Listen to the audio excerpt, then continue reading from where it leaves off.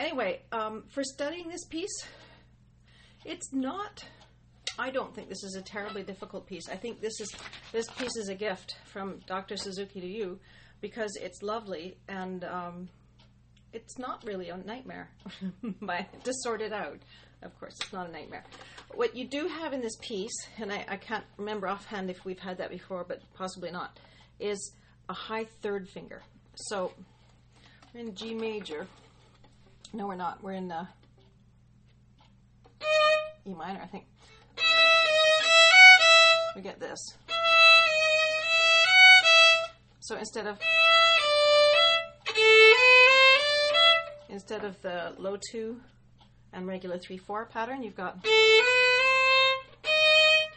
you're going to get that really high third in this the third and fourth lines of the piece. It's just the one little section there, and then it goes back to the kind of the G major-ish. So other than that, I think what you want to do is think about your bow distribution. You've got whole bow, and then you've got a dotted quarter followed by an eighth. So 1, 2, 3, 4. So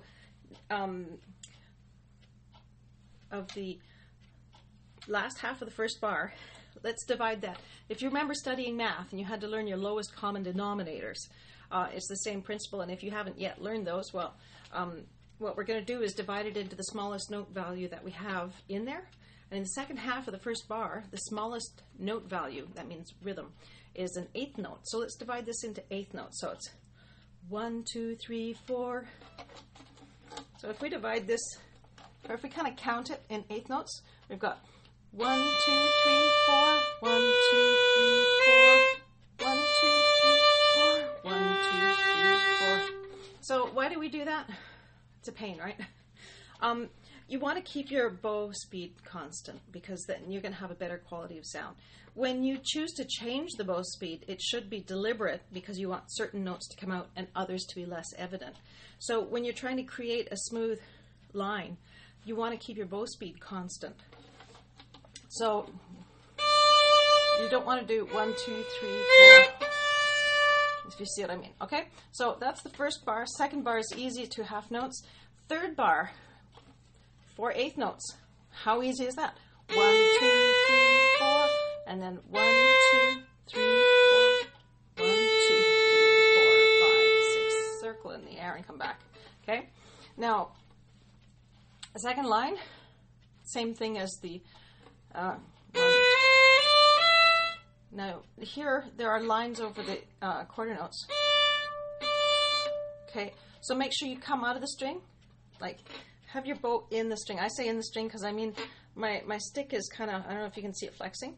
I'm using my fingers and I'm grabbing the string so that when I leave, it starts with a barb, and that's how you get a good clean sound. If you leave with a there's no clearly defined beginning to your note, so there we go.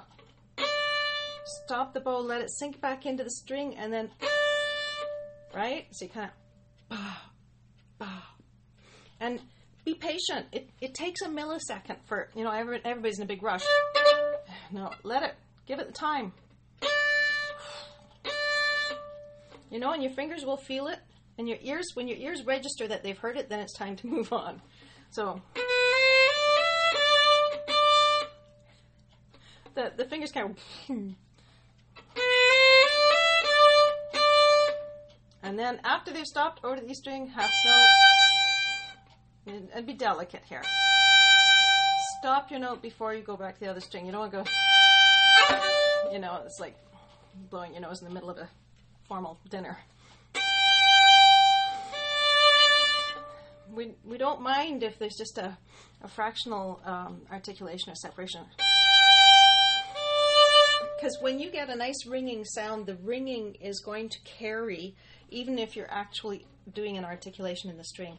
So the articulation, even if you feel like you're taking a long time, it's going to give you a clean, crisp sound and also rhythm, which you need. And if you're playing with a good sound, if you're playing in the string, as opposed to kind of floaty, skatey on the surface.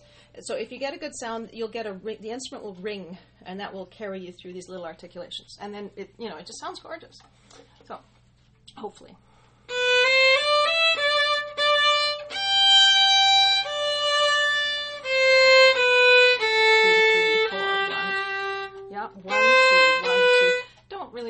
for those guys because we just came down.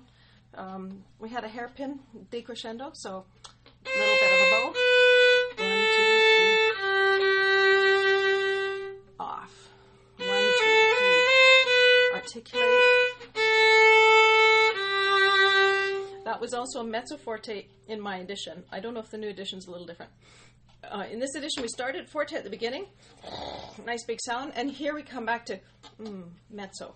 A little more discreet. It's a little more thoughtful. At the beginning, it was, aren't we very glorious, or something. And then in the mezzo forte, it's kind of like, I don't know. You know? You want to get a different character going on here.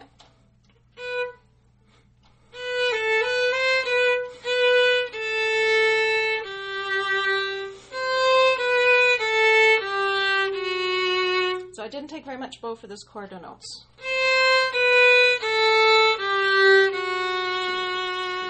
Off in a nice circle, and you're going to come back.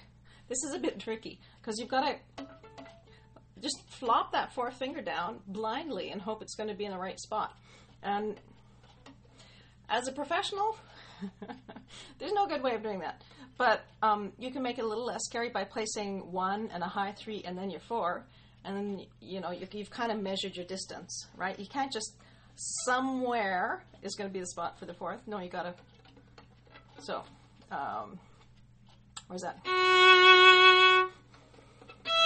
Did you see I did a little, and then you've got to do this one. Come in. You might try, when you come in from a circle, stop with your bow about half an inch, a quarter inch above the string. And now just kind of let your fingers drop. Okay? If you're really close to the string, you're not going to lose your bow hold. Well, you will a little bit. But once it's on the string, then you refind it instantly, right? So, but what that does is it gives you a nice contact. You've got a clean beginning to your note, right? Because you can be a fantastic artist, but if your rhythms aren't precise and your sounds aren't clean and sharp, not going to happen. So that's a little tricky. Slowly. 4. So what I was doing, what I recommend you practice. Sometimes there's something that you should practice because it will help teach your fingers how to do it. And in the actual performing of it, once you know your piece really well, you maybe don't worry about if that's exactly what you did. But don't tell anybody I said that. So I'm putting 1 and a stretch, high 3, and then I'm coming down with my 4. So when I start this, my 3rd finger's already tucked in there, ready to go. Now over to E with no fingers. No. Okay, one more time. Okay, the other way you can practice it, maybe just a 1 and a 4, if that works for you. So now you got to quickly tuck that 3rd finger up high. Okay, whatever you do, you cannot do 4 off, then 3 on, because it's not going to sound good. There's just no way that one works. There's a little leeway in a lot of things, but some things definitely don't work out. So you got to plan something. Half note, quarter, short bow. Yeah, here. Make nice and legato. Make your bow arm come up very smoothly, right? I'm going to run out of time here. 2, 3, 1, 2, 3, off. That's the same. Okay, that's all the same things again. The very end, there's a rallentando 2 bars before the end. So slow down. And you can maybe really articulate that one if you want to be kind of, make it feel maestoso.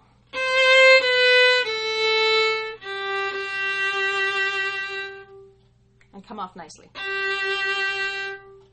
Okay? All right, have fun with it. Bye.